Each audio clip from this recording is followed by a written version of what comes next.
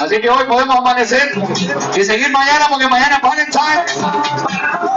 Y mañana cumple 16 años la princesa.